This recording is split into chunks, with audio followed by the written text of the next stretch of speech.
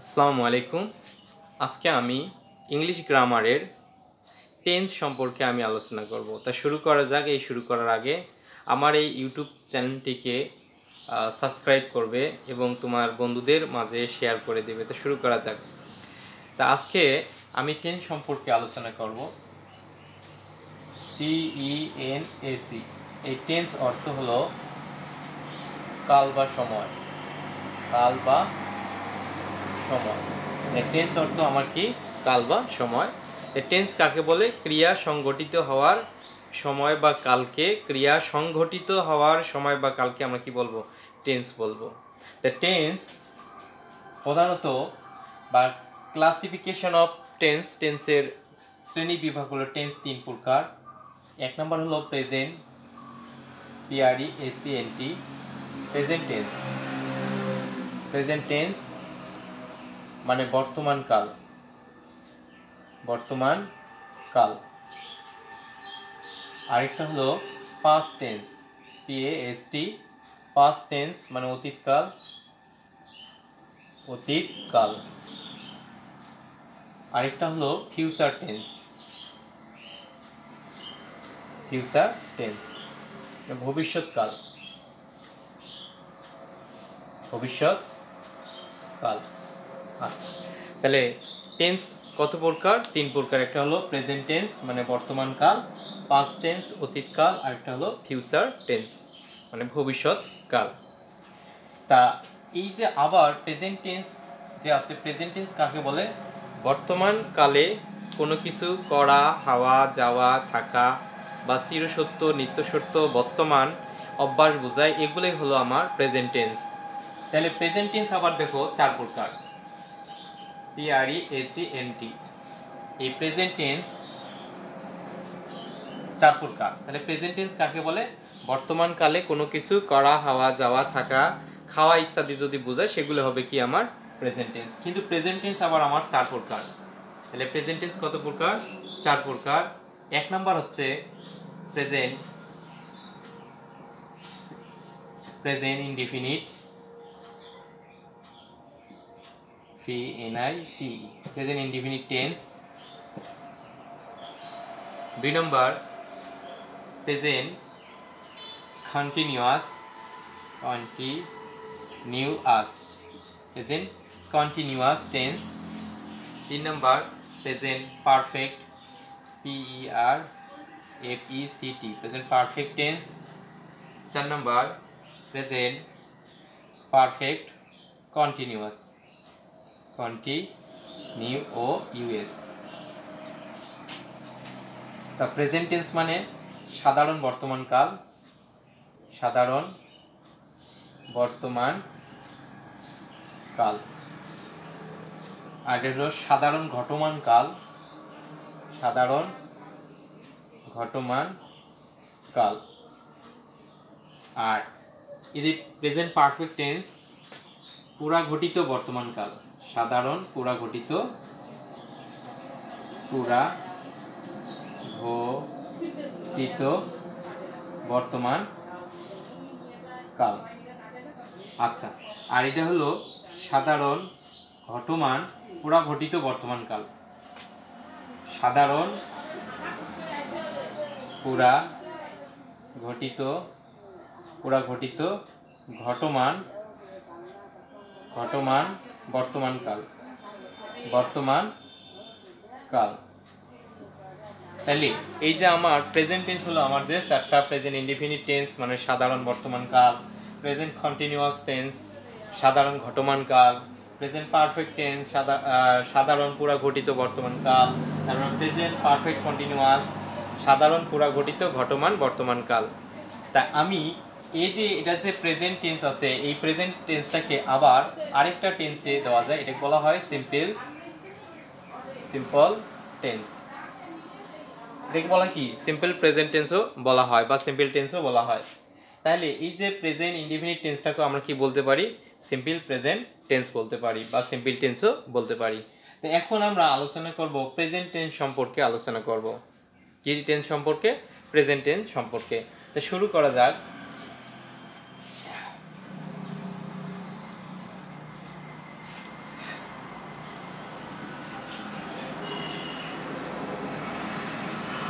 এখন আমার হলো present tense, PRESENT, present tense. Present indefinite, INDEFINITE, INDEFINITE, present indefinite tense, TENSE। এই যে প্রেজেন্ট ইনডিফিনিট টেন্সের এবার আমরা ব্যবহার সম্পর্কে জানবো। এই প্রেজেন্ট ইনডিফিনিট টেন্সটা কাকে বলে? বর্তমানকালে কোনো কিছু করা, হওয়া, যাওয়া, থাকা, খাওয়া, চিরসত্য, নিত্যসত্য, বর্তমান অভ্যাস বোঝায়, তাকে আমরা কি বলবো? প্রেজেন্ট ইনডিফিনিট টেন্স বলবো। এই প্রেজেন্ট ইনডিফিনিট টেন্স নিবার উপায় হচ্ছে, দেখো তাহলে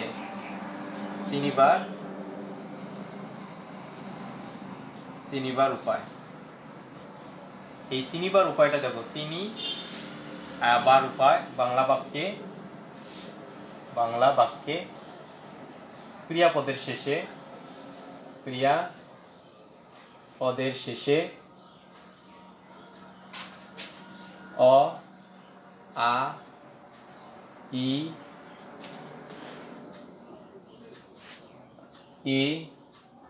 ও, স, এদিকে দি স, ন ইত্যাদি উল্লেখ থাকিবে।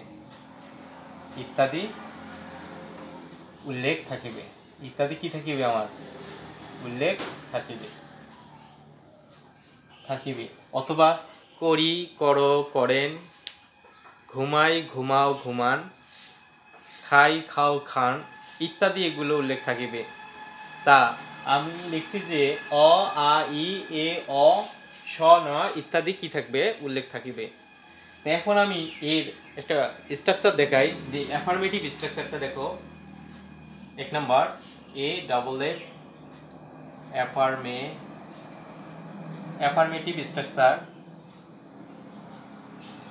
অ্যাফার্মেটিভ স্ট্রাকচারটা হলো মানে হা-বোধক যে গঠনটা হবে যে আমার সাবজেক্ট প্লাস ভার্বের প্রেজেন্ট ফর্ম, ভার্বের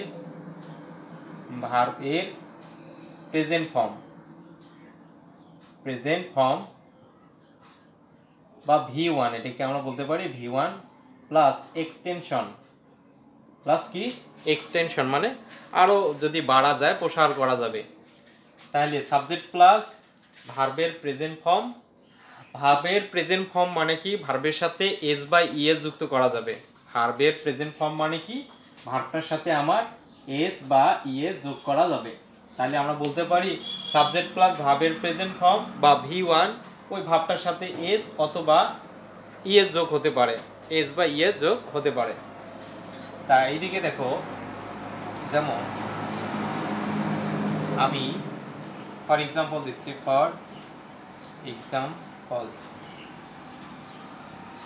আমি বাজারে যাই।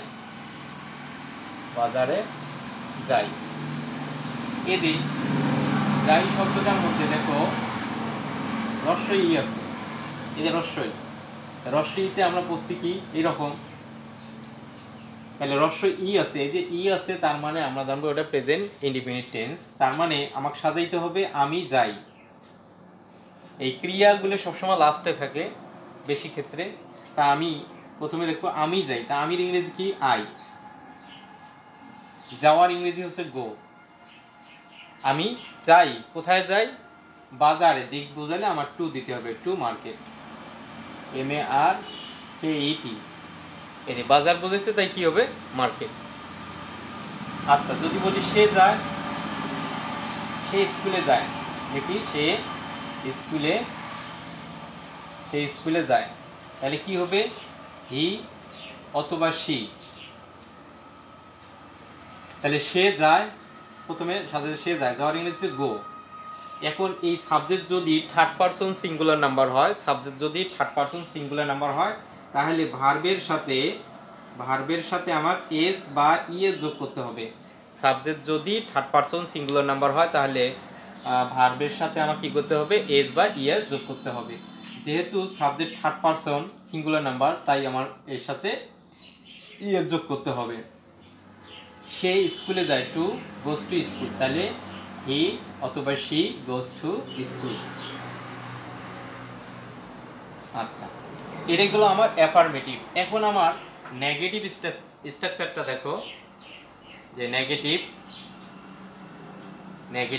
স্ট্রাকচার।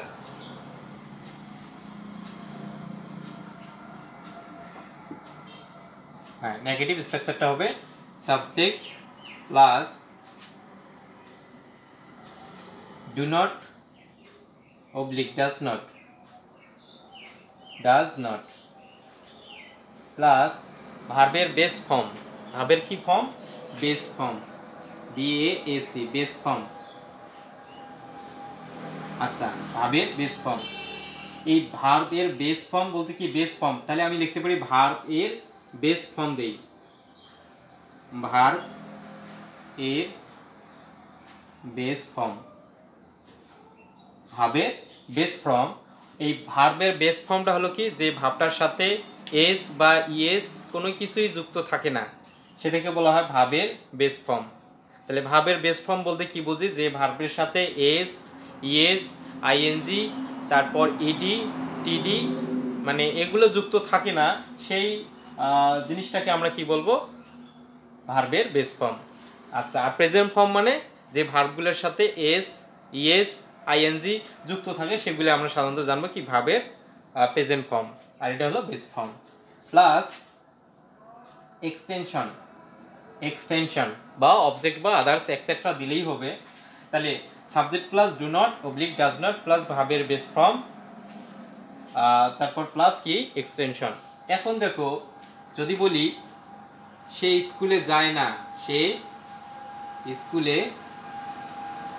যায় না, এটা নেগেটিভ হয়ে গেছে, সে স্কুলে যায় না। তাহলে আমাকে চিন্তা করতে হবে যে সে যায় না, তাহলে সে যাওয়ার ইংরেজি আমার কি হবে? আসলে রাস্তার সাথে বাড়ি থাকার কারণে এত পরিমাণ শব্দ, যার কারণে ভিডিওগুলো খুব সমস্যা হয়। দেখো, তাহলে সে যায় না, তাহলে সে ইংরেজি হবে কি হি অথবা সি। যাওয়ার ইংরেজি কি? গো। কিন্তু তার আগের মধ্যে সাবজেক্ট বসার পর আমাকে হয় ডু নট অথবা ডাজ নট। যদি থার্ড পারসন সিঙ্গুলার নাম্বার হয়, একজন যদি বোঝায়, সেক্ষেত্রে হবে আমার ডাজ নট। আর যদি আই এবং উই এবং অনেকগুলো যদি বোঝায়, সেক্ষেত্রে হবে আমার ডু নট। যদি একজন বোঝায়, সেক্ষেত্রে হবে সিঙ্গুলার আই, উই, দে, আর অনেকগুলো বোঝালে সেগুলো নেবে কি ডু নট। আমি দেখাচ্ছি যে আই, উই, আর একটা হলো দে, এগুলো যদি থাকে অথবা অনেকগুলো যদি থাকে, তাহলে হবে ডু নট। কি হবে? Do not. আর যদি একজন যদি বোঝায়, থার্ড পারসন সিঙ্গুলার নাম্বার হয়, সেক্ষেত্রে হবে আমার ডাজ নট। তাহলে যেহেতু এটি সে একজন, এই জন্য হবে আমার ডাজ নট। তাহলে ডাজ নট। তাহলে হি অথবা সে কি দেব কি ডাজ নট। তাহলে যাওয়ার ইংরেজি হচ্ছে কি গো। এই যে গো, এটা হচ্ছে মূল ভাব, কারণ এই ভাবটার সাথে এস বা ই এর যুক্ত হয় নাই, তাই এটা হলো আমার বেস ফর্ম। আচ্ছা, টু স্কুল, টু স্কুল। যদি আমরা স্কুলে যাই বা আমরা যাই, আমরা যাই না, যদি আমি লিখে দিই আমরা স্কুলে যাই না, স্কুলে যাই না, তাহলে কি হবে বলো তো দেখি? আমরা ইংরেজি হচ্ছে উই, উই অনেকগুলো বোঝাইছে, এইবার হবে আমার do not, we do not go to school, আমরা স্কুলে যাই না। তো এখন দেখো ইন্টারোগেটিভ যেটা, সেটা দেখাচ্ছি।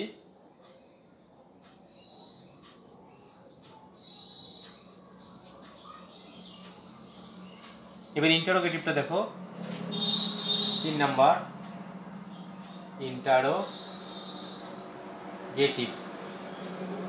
ইন্টারোগেটিভ স্ট্রাকচারটা দেখো, একটু দেখো। তাহলে হবে আমার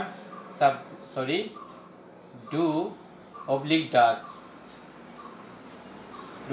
ডাস plus subject plus V1 plus extension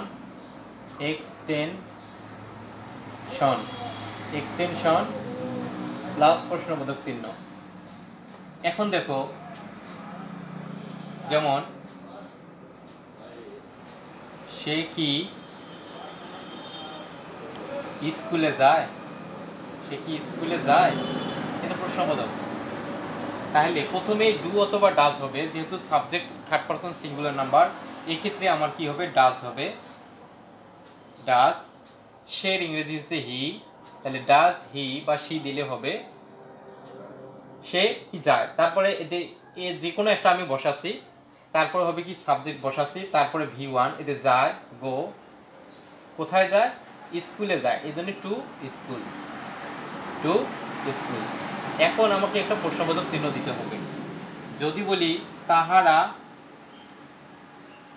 তাহারা মাঠে যায়, মাঠে, তাহারা কি মাঠে যায়, তাহারা কি মাঠে যায়, তাহলে আমার হবে প্রথমে ডু অথবা ডাজ। তাহারা যেহেতু অনেকগুলো বোঝাইছে, সেক্ষেত্রে হবে আমার ডু। ডু দে, যাওয়ার ইংরেজি হচ্ছে গো, তাহলে যায় কোথায় যায়, মাঠে, তাহারা কি মাঠে যায়, তাহলে do they go to the field অথবা ইন দ্য ফিল্ড, এটা দিলে হবে। তাহলে তাহারা মাঠে যায়, ইন দ্য ফিল্ড, তাহলে do they go in the field, FIELD। অথবা আমরা টু ফিল্ড দিতে পারি, আচ্ছা দেই টু ফিল্ড, অথবা do they go in the field, FIELD। শেষের মধ্যে আমার কি দিতে হবে, প্রশ্নবোধক চিহ্ন দিতে হবে। এই যে এখন আসি interrogative plus negative plus interrogative, মিশে দেই এটা।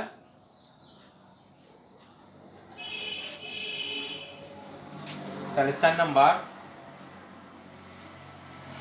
নেগেটিভ প্লাস ইন্টারোগেটিভ, ইন্টারোগেটিভ,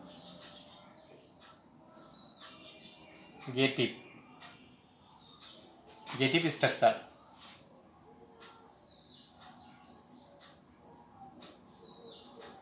হ্যাঁ, এটা হচ্ছে নেগেটিভ প্লাস ইন্টারোগেটিভ স্ট্রাকচার। তো এটা দুইটি নিয়ম আছে, দেখো। একটা হলো do oblique does, do oblique does plus not plus noun, এই সাবজেক্টটাই হবে নাউন, মানে সাবজেক্ট কি হবে, নাউন। আমি এই জায়গায় বসাচ্ছি যে নাউন সাবজেক্ট, নাউন হবে কি, এই জায়গাটা হবে সাবজেক্ট, মানে নামধারী যেগুলো হবে, plus V1 plus extension plus প্রশ্নবোধক চিহ্ন। আরেকটা গঠন হবে do oblique does plus pronoun সাবজেক্টটা হবে, তো NOUN প্রোনাউন। এই প্রোনাউন হবে, এটা একটা subject, pronoun subject plus not plus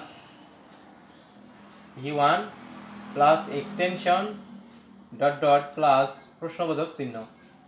এখন আমাকে চিন্তা করতে হবে, যদি বলি সে কি, সে কি স্কুলে যায়, সে কি স্কুলে যায় না, সে কি স্কুলে যায় না। আরেকটা লিখি রহিম, রহিম কি স্কুলে যায় না। তাহলে একটু মনোযোগ দাও, এই যে হি অথবা সি, যেমন সে আছে, এটা হলো থার্ড পারসন সিঙ্গুলার নাম্বার। যদি থার্ড পারসন সিঙ্গুলার নাম্বার হয়, অথবা আর এটা যদি প্রোনাউন হয়, হি সি তো প্রোনাউন, যদি প্রোনাউন হয়, এতে প্রোনাউন হলে নটটা কোথায় বসবে, পরে বসবে। তাহলে আমি বলতে পারি does he not, does he not. যদি প্রোনাউন হয় তাহলে নট সাবজেক্টের পরে বসে। তারপর কি হবে, V1 go to school, go to school, একটা প্রশ্নবোধক চিহ্ন দিতে হবে।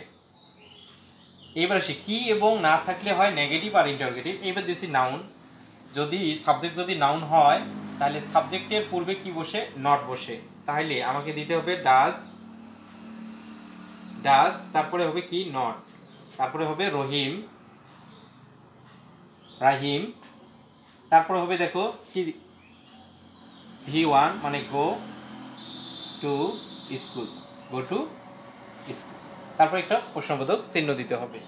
এই তো এটা হলো, তো সোজা কথা বুঝবো যে সাবজেক্ট যদি নাউন হয় তাহলে নট উহার পূর্বে বসে, সাবজেক্টের পূর্বে, আর যদি সাবজেক্ট যদি কি হয় প্রোনাউন হয় তাহলে নট উহার পরে বসে।